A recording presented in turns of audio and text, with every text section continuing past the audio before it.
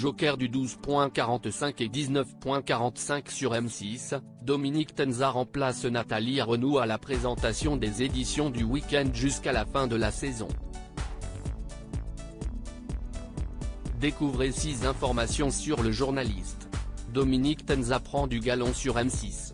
Chaque jour, le présentateur de 39 ans est aux commandes du journal de 8 h dans la matinale d'Yves Calvi et Amandine Bégaud sur RTL. Depuis 2021, il est aussi le joker de Nathalie Arnaud et Xavier Demoulin dans le 19. 45 sur la 6. Grâce à un jeu de chaises musicales, dû au départ temporaire de Karine Guillaume-Thuram du 12. 45, le voilà désormais titulaire des éditions du week-end, et ce, pour 6 mois.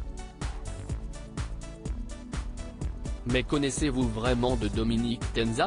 Voici 6 infos sur le journaliste. Dominique Tenza est franco-espagnol. L'Espagne, Dominique connaît bien. Sa famille est originaire de la péninsule ibérique, mon père est né dans la région de Murcie, dans le sud du pays et j'ai la double nationalité, nous raconte le journaliste qui a également vécu un an à Madrid, au début des années 2000, pour valider sa maîtrise en histoire contemporaine.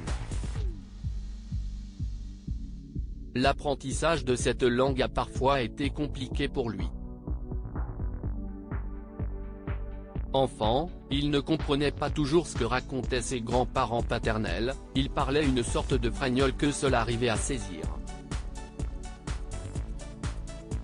Ils hispanisaient tous les mots, plaisante le présentateur.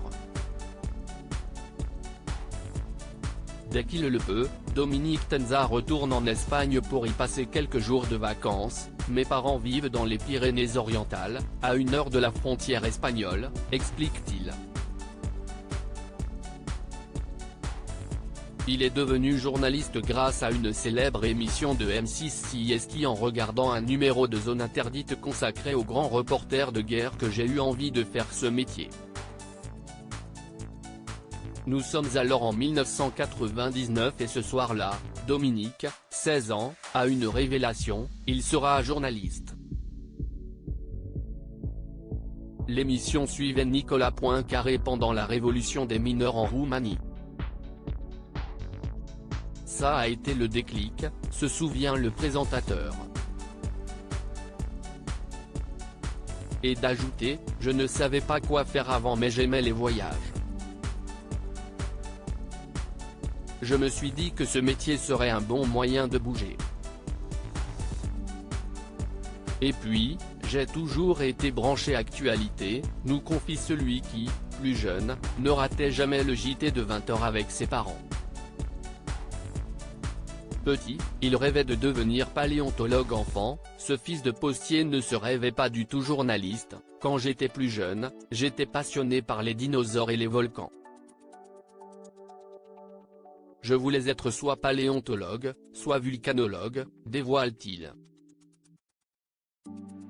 Seul hic, les études scientifiques devaient être poussées pour faire ce genre de métier, ce n'était pas mon fort, admet Dominique Tenza avec humour.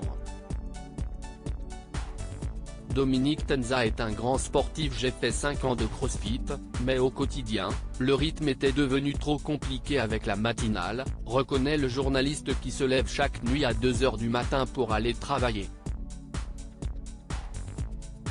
Pour autant, Dominique continue à aller à la salle de sport presque tous les jours. Avec mon métier, si je n'aille pas une hygiène de vie hyper calée avec des heures de sommeil et du sport, je ne tiens pas et surtout je prends vite du poids, plaisante-t-il.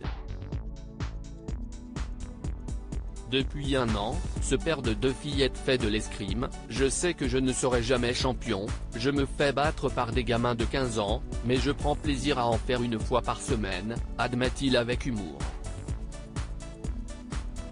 Une passion qu'il partage avec sa fille de 6 ans. Journaliste à RTL depuis 15 ans. Après un bac littéraire et des études d'histoire contemporaine à la fac, Dominique Tenza effectue plusieurs stages dans les médias. Il passe 6 mois à LCI où il cale l'invité culture dans la matinale. Il se forme aussi au métier de la radio à Nostalgie Grenoble. Le jeune journaliste intègre l'IPJ à Paris et devient pigiste à RFI ou encore France Bleu. Lauréat de la bourse Jean-Baptiste Dumas en 2008, il est finalement engagé chez RTL. En 2023, j'aurai 40 ans et ça fera 15 ans que je travaille dans cette radio, c'est énorme. Le premier confinement, un moment fort dans sa carrière en 15 ans, le journaliste a couvert des événements aussi divers que passionnants, l'affaire des SK à New York, son premier gros reportage, l'élection du pape François, la prise d'otage de l'IP caché à Vincennes. Mais ce que retient surtout Dominique, c'est le premier confinement en 2020, pendant la crise sanitaire liée au Covid-19. En présentant les journaux, je me suis senti utile.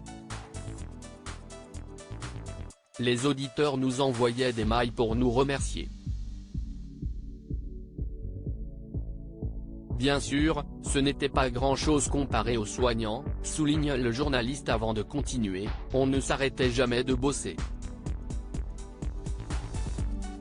On était un petit groupe et nous faisions des conférences de presse, les mains trempées dans le gel hydroalcoolique et avec 3 masques sur le visage. Ça a été une expérience incroyable, se souvient-il. À lire aussi Karine Guilloc-Thuram, le 12.